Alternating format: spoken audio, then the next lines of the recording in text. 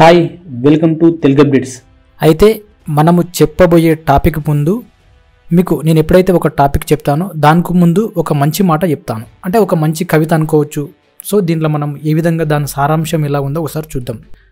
భూమిలో ఉండే నీళ్ళు భూమిలో ఉంటే ఎవరికి ప్రయోజనం ఉండదు.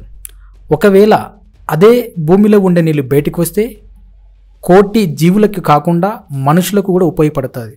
అదేవిధంగా మనుషులు కూడా దాని ప్రయోగం చేస్తే మన తెలివిని మనలో పెట్టుకుంటే ఎవరికి ప్రయోజనం ఉండదు.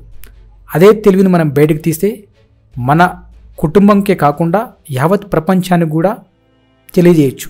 సో మన తెలివిని బయటకు తీస్తే యావత్ ప్రపంచానికి ఉపయోగపడుతున్నది ఈ సారాంశం. మీకు నచ్చితే మన తెలుగు అప్డేట్ ఛానల్ లైక్ చేయండి, అదేవిధంగా సబ్స్క్రైబ్ చేసుకోండి. ఇక టాపిక్లోకి వెళ్దాం. ఈరోజు టాపిక్ ఏమిటంటే, ఒక సీనియర్ జర్నలిస్టు కేసీఆర్ని అడుగుతాడు, విజయశాంతి మీ పార్టీలోకి ఎలా వచ్చింది?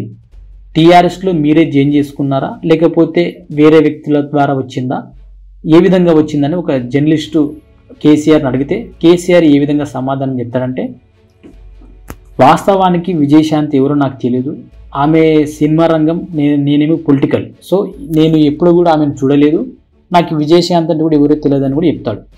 అయితే కేసీఆర్ అప్పట్లో టీడీపీలో ఉండేవాడు, ఆయన టీడీపీ ఎమ్మెల్యేగా ఉండే కాబట్టి అప్పటి ముఖ్యమంత్రి అయినటువంటి ఎన్టీ రామారావు దగ్గరికి కేసీఆర్ పార్టీ ఆఫీస్కి సంబంధం కానీ లేకపోతే పార్టీ మీటింగ్ సంబంధం కానీ కేసీఆర్ ఎన్టీ రామారావు దగ్గరికి వెళ్ళేటప్పుడు ఆమె సినిమా రంగం కాబట్టి ఎన్టీ రామారావు దగ్గరికి రావడం కానీ కలవడం కానీ చూసేది.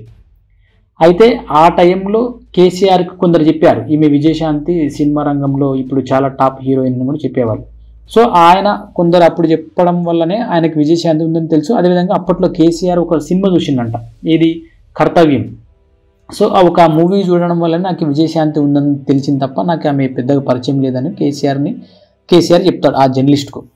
అయితే అసలు మీ పార్టీలోకి ఎలా వచ్చిందని ఆరాధిస్తే, వాస్తవానికి టీఆర్ఎస్ ఉద్యమం బాగా నడుస్తున్న టైంలో వాస్తవానికి విజయశాంతి ఆమె ఏదో ఒక తల్లి తెలంగాణ పార్టీ పెట్టుకున్నది, మా టీఆర్ఎస్లో జాయిన్ చేసుకోండి, మీ దాంట్లో విలీనం చేసుకోండి వస్తామని కేసీఆర్ను కొన్ని వేరే ఆ పార్టీలో ఉండే సీనియర్ నాయకుల ద్వారా కేసీఆర్ను సంప్రదిస్తే కేసీఆర్ ఒప్పుకోడు. ఎందుకంటే నేను ఇంతకుముందు ఆలయ నరేందర్ని పార్టీలో కలుపుకొని చాలా తప్పు చేశాను, సో ఈ టైంలో ఆమెని మళ్ళీ మన పార్టీలోకి అపమానించి మళ్ళీ ఎందుకు మనకి వద్దనేటట్టు కూడా కేసీఆర్ పలుమార్లు ఆ నాయకులకు చెప్పడం జరిగింది. అదేవిధంగా విజయశాంతి కూడా అదే చెప్తాడు, లేదమ్మా మేము ఇప్పుడేం ఎవరిని తీసుకోవట్లేదు, మీరు వద్దులే అని చెప్పి కేసీఆర్కి చెప్తే ఆమె పార్టీలో ఇంకా ఎవరు కేసీఆర్కు అత్యంత సన్నిహితులు, అదేవిధంగా వాళ్ళ కుటుంబంలో ఎవరున్నారని చెప్పి ఆరాధీయంగా హరీష్ రావు పేరు బయటకు వస్తుంది.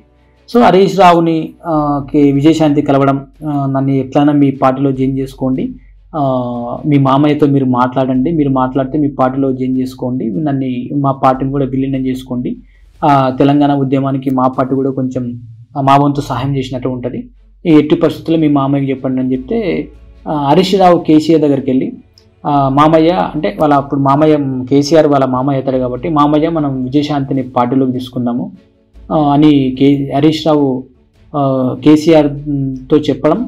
అయితే కేసీఆర్, నేను ఇంతకుముందు చెప్పాను, ఆల్రెడీ మన నాయకులు కూడా చెప్పారు, ఆమెను మన పార్టీలోకి తీసుకుందాము, ఆమె పొలిటికల్ సినిమా రంగం కాబట్టి సినిమా రంగం వాళ్ళు పొలిటికల్కి వస్తే బాగుంటుంది, ఎట్టి పరిస్థితుల్లో మనం తీసుకుందామని మన ఇంతకుముందు మన నాయకులు చెప్పారు, నేను వద్దని చెప్పాను.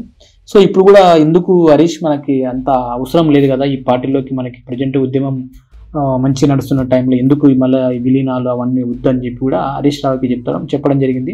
అదేవిధంగా పలుమార్లు హరీష్ రావు కేసీఆర్తో, లేదు మామయ్య మనం తీసుకుంటే బాగుంటుంది, సినిమా రంగానికి సంబంధం కాబట్టి మన పార్టీకి కూడా కొంచెం బూస్ట్ ఇచ్చినట్టు ఉంటుంది, మనం తీసుకుంటే బాగుంటుంది మామయ్యని పలుమార్లు చెప్పడం వల్ల కేసీఆర్ సరే ఆలోచించుకొని సరే తీసుకుందాంలని చెప్పి హరీష్ రావుతో చెప్పడం వల్ల విజయశాంతిని హరీష్ రావు చెప్పడం వల్లనే విజయశాంతి టీఆర్ఎస్లో జాయిన్ అయింది.